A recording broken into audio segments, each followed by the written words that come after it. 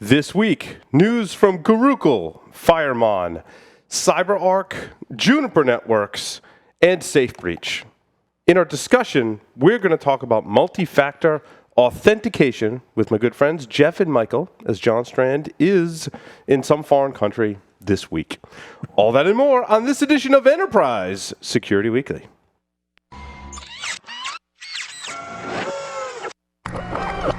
This is a Security Weekly production.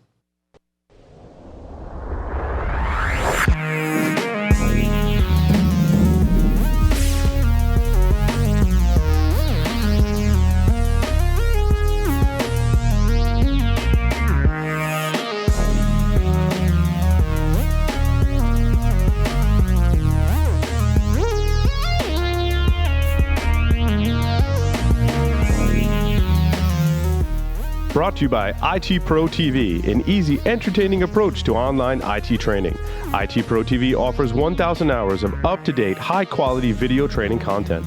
Course topics include certified cloud security professional, ethical hacking, cryptography, and VMware. You can stream their courses live or on demand to your mobile device, all for one low monthly subscription price and cancel at any time. Visit itpro.tv/enterprise security to upgrade your brain with the most popular IT certifications. Use the code ES30 for a free 7-day trial and save 30% off for life. Welcome, everyone, to Enterprise Security Weekly. This is episode 20. I'm your host, Paul Asadorian, the CEO and founder of Security Weekly and the CEO of Offensive Countermeasures. I have with me in studio, due to John Strand's absence this week, some fresh and shiny, especially in the head department, guest host for this episode. To my left, the man himself, Mr. Jeff Mann, is here with us. Jeff, how's it going, Paul? Welcome to the show. You're a self-proclaimed PCI expert. PCI expert, security curmudgeon. Jedi master. Is that what you're? I'm a Jedi master. InfoSec Jedi master. InfoSec Jedi master. Yep. Excellent. Well, it's nice to have you here in studio. Hey, it's great to be here. And talk about the enterprise security news. And our topic today, which is multi-factor authentication, which we can do that. We can do that. You actually jumped for joy when I said that was going to be the topic. I did. That's a fun topic. I knew I had chosen wisely. You did. Someone who always chooses wisely, except when he's drinking with me, Mr. Michael Santarcangelo, the security catalyst himself. He develops security leaders. Welcome, Michael, to the show. It's always good to be here. Jeff, I got to ask, is your middle name The? It is. I would have it legally changed if that were me. It should be legally changed. Exactly. What's going on, Michael? How are you? Jeff, the man. Things are always good on the beach. Just ask the Chamber of Commerce. It's actually that nice time of year. Do you have a beach left anymore? We do have a beach. We don't have as many piers as we used to have, but the beach is still intact. And the sun is shining. I had a story for tomorrow about the beach. There was some, I don't know, it wasn't your state, but it was like Tennessee or Virginia. Tennessee has a lot of beaches. No, it wasn't beaches. It was gigabit fiber connections, and so a lot of startups were actually coming out of that area. But we'll cover that in tomorrow's show. Let's maybe think of that. On this show, though, I want to mention IT Pro TV, a quick announcement. They've re-updated some of their classes to include CompTIA Project Plus. Doesn't that sound riveting, gentlemen? That sounds that's CISSP. No, but see, we've got some open positions here at Security Weekly, and project management is a skill that I don't have. And so I'd love to have someone with some of those skills. So while we may poke fun at it, people are actually like to be organized and stuff. Well, I'll tell you what, just to plug that on a positive note, I go to a lot of these meetings now where we look at security, and invariably somebody will say, well, the right path is computer science.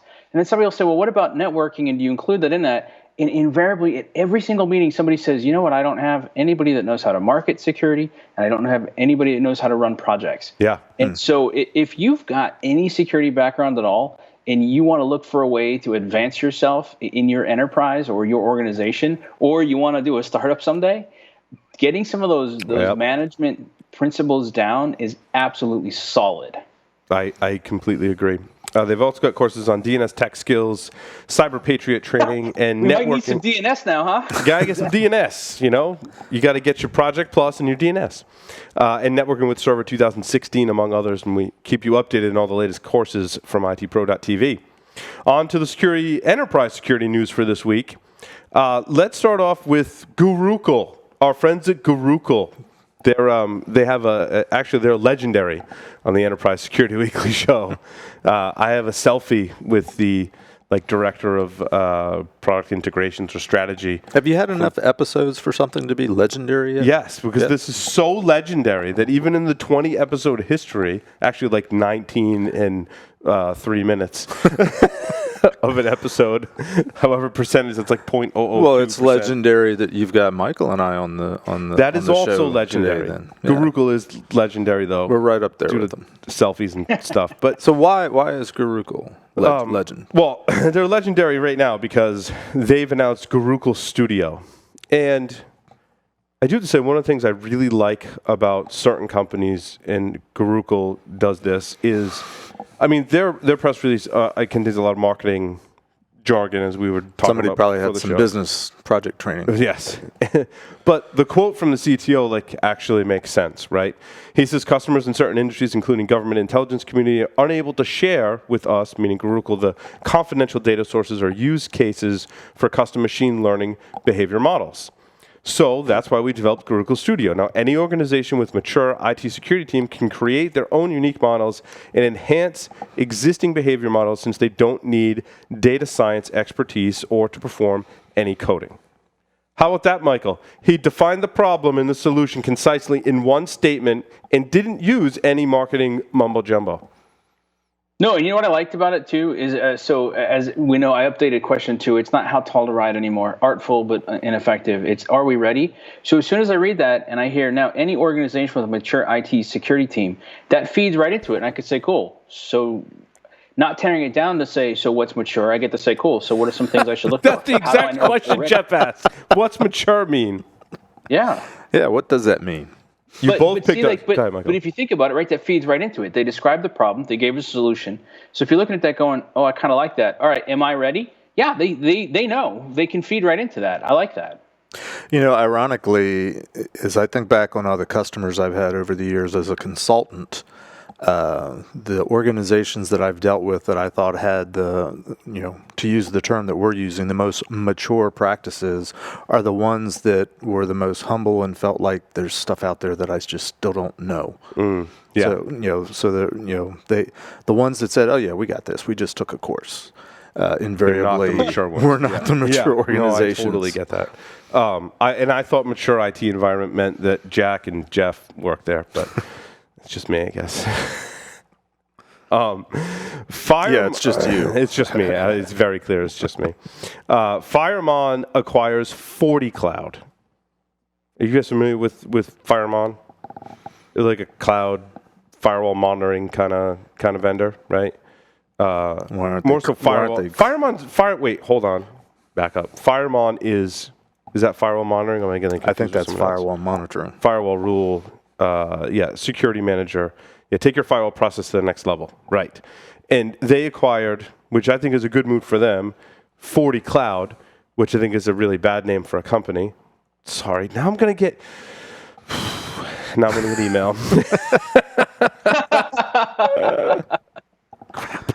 Well, at least why 40?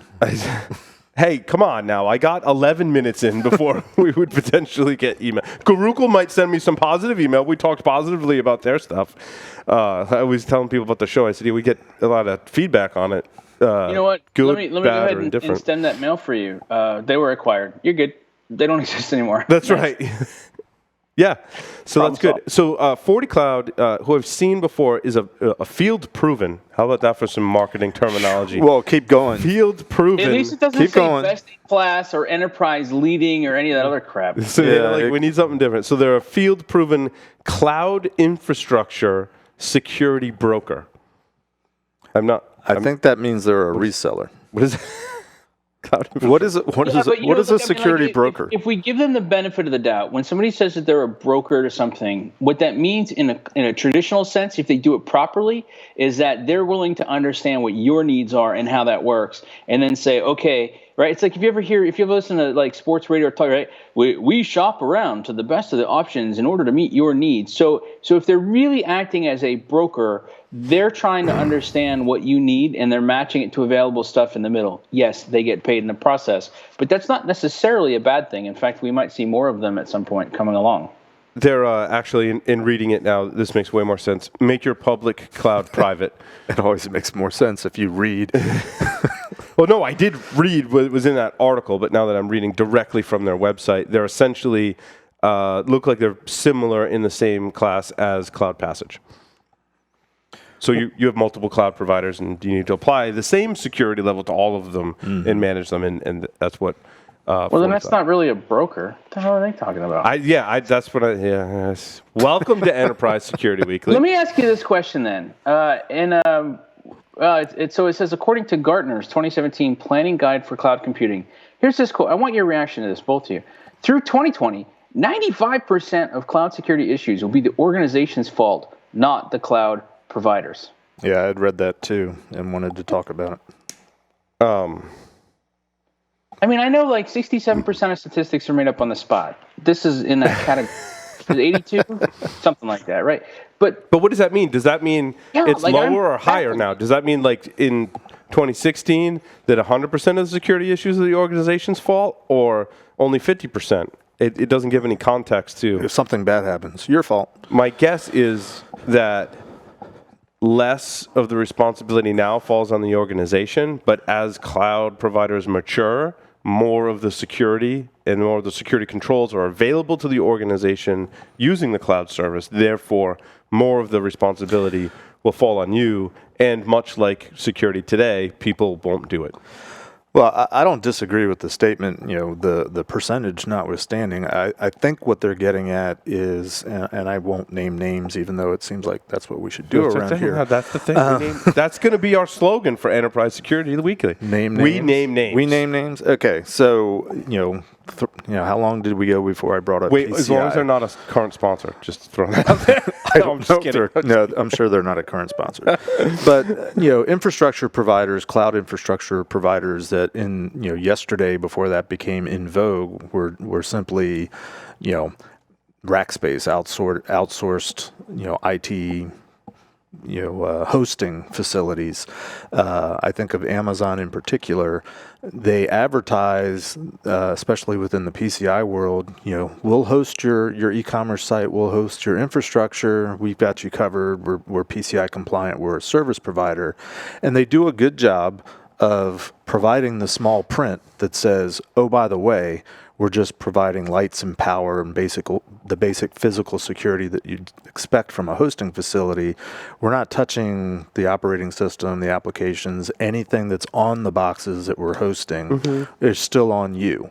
They don't necessarily put that up front before they hire and sign on the customers. Right. But, I think that's what Gartner's getting at, is that a lot of people think, well, I'm throwing everything out in the cloud. They've got me covered. They've got my back as far as security goes, but that's not necessarily the case. So Correct. Maybe this company and this merger of these two companies are trying to take more of a stance on the additional security things that have to be done in cloud hosting services. There's varying degrees of that, right? So when you get into like the application providers, they do give you some control over the security of the application, right? And then the infrastructure is left largely up to them, right? However, I like your power company analogy because the power company give you the power, but maybe the power company gives you some devices or level of control over your power consumption, right? Right. Smart meters, for example, right? And things like that. And then there's also providers like Nest, for example, that gives you like an add-on that you can control certain aspects of it. And I think that's really where the cloud is today and is going to continue going. Is there's going to be, depending on the service you're using in the cloud, varying degrees of a level of security. And yes, the two extremes are like the finite application in the cloud. I am going to have certain security controls, maybe quite a few application specific. Everything else behind that is someone else's fault. When I get down to the infrastructure on the other side of it, okay, I get an operating system. I'm still responsible for that operating system. Right. They're responsible for the plumbing underneath it, but there's a gap there. So let's see. What was that? And CyberArk. Let's talk about our friends at CyberArk. Now it says RSA certifications, but it sounds like they've Yeah, RSA joins the C3 Alliance, CyberArk's Global Technology Partner Program. So essentially, they've partnered and done some level of integration. What that means is if you have CyberArk, their privileged account security solution, or their privileged threat analytics, will integrate with RSA Secure ID Access that integrates with the privileged account security solution. And the threat analytics now features integrations into RSA NetWitness. So basically, the analytics piece from CyberArk goes into their SIM, into RSA SIM, and the Secure ID, two-factor authentication, which we're going to talk about later, ties into the privileged account security solution. Probably, in my estimation, a good move for CyberArk, and a continuing trend that I've seen with CyberArk specifically. I'll call them out. We're the show that names names, have made some really smart integrations and partnerships, and it looks like that trend is continuing, unless you guys think that RSA is kind of meh when it comes to products. Certainly. No, they were out there early, and I think they did good stuff. Other people innovated a little faster, which tends to happen. Now it's going to be interesting to see how they continue, right? They're either going to have to get back in innovative spirit and go solve some problems better than other people, or they're going to have to do growth for acquisition. Like, there's a couple plans, and we'll see where that goes. I want to partner with innovative people like CyberArk. Well, they can do that. I want to point out one thing that I really, really like in this, and so we can expand on it a little bit more later. But, after you and I did the talk, Paul, about authentication and all sorts of stuff, I had a couple people call and say mostly we did good, and then which it was nice. But then somebody, I've actually got an article. I just need to finish writing it. But I did an interview with Jonathan Sander, and he was explaining to me that we keep thinking about privileged identity management as a subset of identity and access management, and that it's actually better to couple it with incident and response than it is with that. And so if you're going to start to show me threat analytics on privileged activity, and then you're going to start looking at risk mitigation and continuous, like, that's moving in that direction. And after talking with him about it for an hour or so, I'm inclined to see the real difference on that. So it's like, I think that's they pull it out as a bullet point, but that's actually a bigger deal, I think, than people realize. Was he buying you drinks at the time? No, not at that time, though. Not at that time. Okay. Jonathan is fun to have drinks with, though. and smart. Yes, and engaging in conversation. More so when I've had a few drinks. No, just kidding, Jonathan. What was it? I was going to comment on Michael's comment. Essentially, when I advise organizations, you were talking about this before, when we talked about the top 5 methods that pen testers use to completely own the organization. And I tell people, you should define where your sensitive data is, and you should define who has access to it. I like Jonathan's statements there in that your privileged accounts have access to everything, and probably do need further scrutiny, because you can't say that, well, this administrator only has access to this in any profound way, right? You can say these users have access to this data, but this administrator account it's an administrator account. It has access to things on purpose, access to everything for administrative reasons.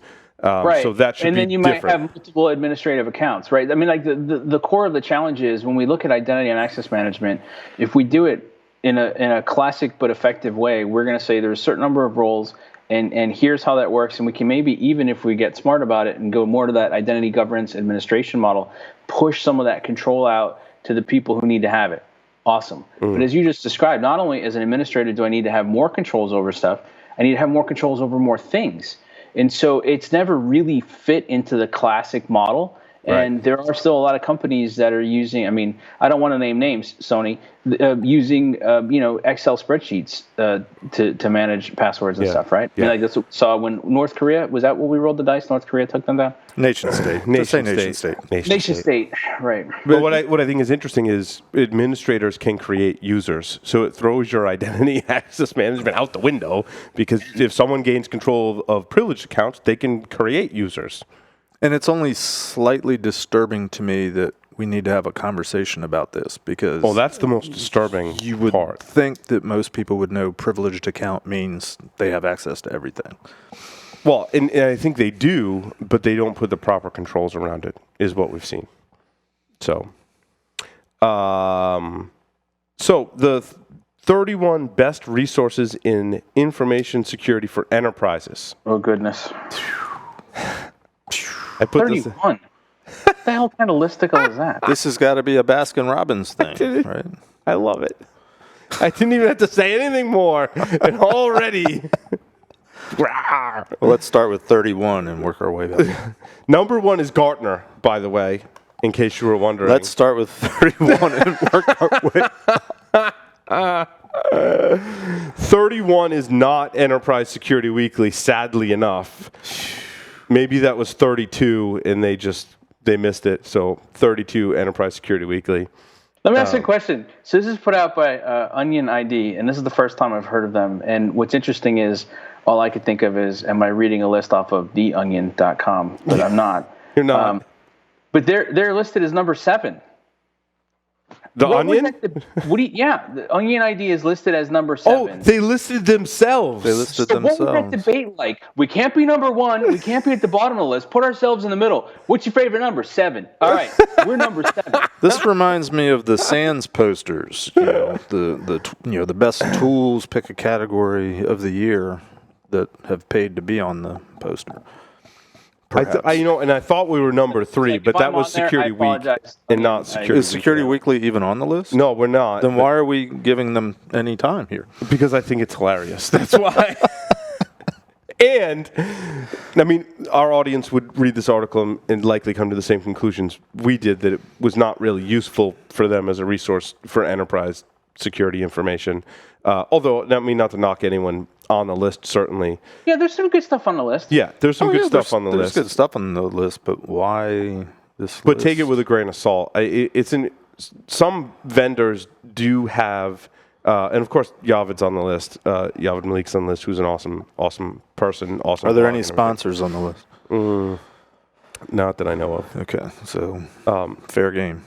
And dark reading, the articles to me on dark reading really have been kind of watered down lately, in my opinion. And I just want to caution people on that when we do discuss articles, they're just not what they used to be on dark reading. It's more like dim reading,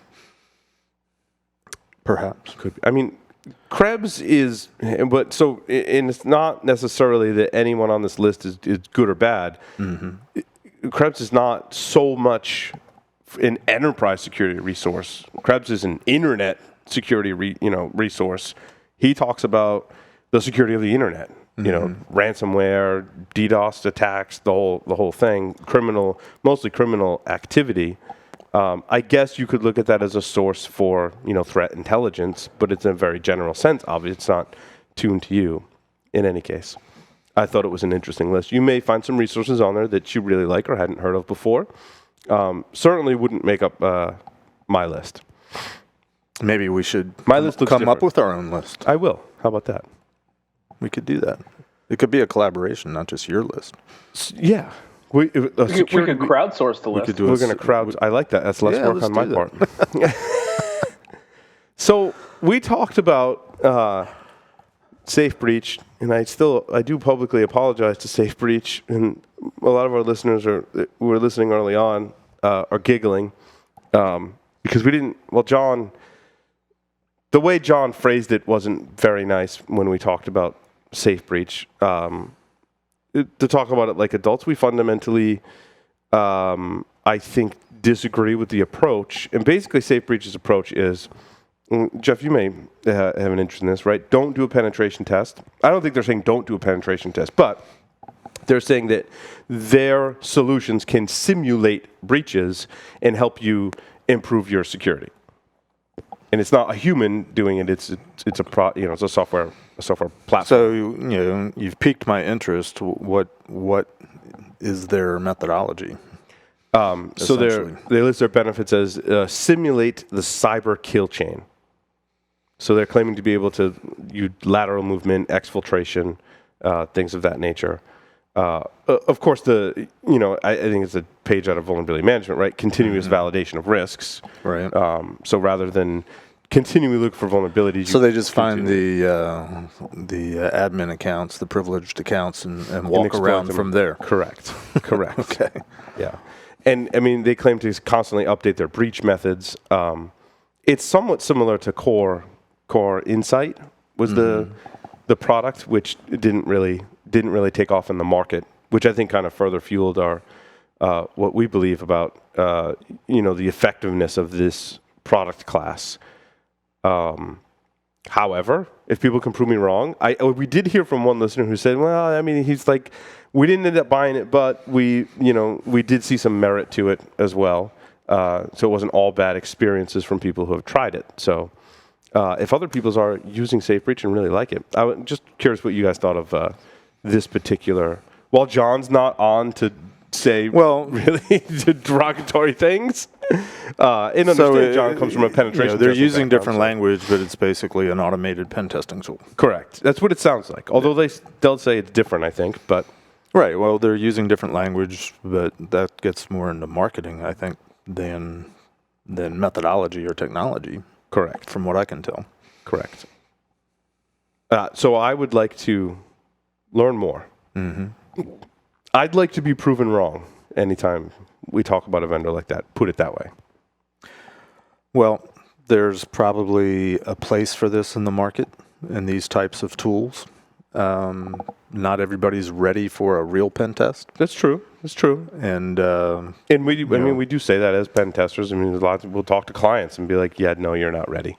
Right. You're not ready for a pen test." So, if anything, John, representing a pen testing company, should be happy that this stuff is out there to, so that when use this, get better, and then have a pen test. And then have the pen test. Not just telling you that, we got the administrator account and walked around your organization, right? Right. So, you know what they have, Paul, on their website that I think you're going to like, and they've got a button that says how it works. Ooh, do they really? Yep, on their footer on the bottom platform, how it works. Which is one of the things, Paul, that you've talked about. Yes. And frankly, I'm going to put one of those together, too, for the Straight Talk framework. Yeah, the problem is it doesn't really say much about it. It doesn't really match up to what you wanted, right? I think. But at least people are starting to do some of it. You know what I find interesting as I'm reading through their stuff here? I almost feel like they should use the phrase, and I'll cringe when I say it, but like cyber range. Like I see a lot of other people offering the same types of things. It says because that part where it says we orchestrate and execute breach scenarios. Mm-hmm. Yeah, I mean that's what people are talking about with cyber ranges, and we're talking about using that to train people and give them real experience and let them understand it. It's interesting. Yeah, it feels like it's predicated on the notion that the breach is the problem, and we need to get past that. Breaches are symptoms. It could be a symptom of bad security. It could be a symptom of high-value targets on the inside. It could be a symptom of nothing because you caught it and ended it. And I know it's where people talk about the cyber kill chain. I don't like it. Well, or another way to look at it is, when you're doing a pen test, you have a budget, you've got a certain amount of hours, you've got a certain target, and one of my beliefs is pen testing should be very targeted. Pick something, because it shouldn't be what are all my vulnerabilities, what are all my kill chains, what's everything that could go wrong, but something like this that has the ability to be running and be more comprehensive, maybe at a higher level, and it's not at the deep level of a pen test, but it gives you more breadth of coverage across your enterprise. So maybe that's a good thing. No, and you're right. It could highlight areas that maybe you do want to go then have a pen test and explore in a deeper manner. This other story about endpoint application tool is not loading for me, and I don't remember what it was. Sorry. Which article was that? I guess that endpoint didn't work out well for New endpoint application tool. Anyway, we'll cover that one next week. What else? I think that was it. Some of the other ones weren't as exciting as I thought. Like Juniper Networks stock soared today. That's only because they released third quarter numbers, something like that. Yeah, strong preliminary third quarter 2016 results. I really don't have anything interesting to say about that. Wow, there's a quotable soundbite. Should have bought the stock yesterday. I'm gonna yes. Buy low, sell high. How about that? You could be a stockbroker. That's right. Maybe not. A stock hacker, maybe. Okay, so we're going to now take a very short commercial break. We're going to come back and talk about multi-factor authentication, so stay tuned.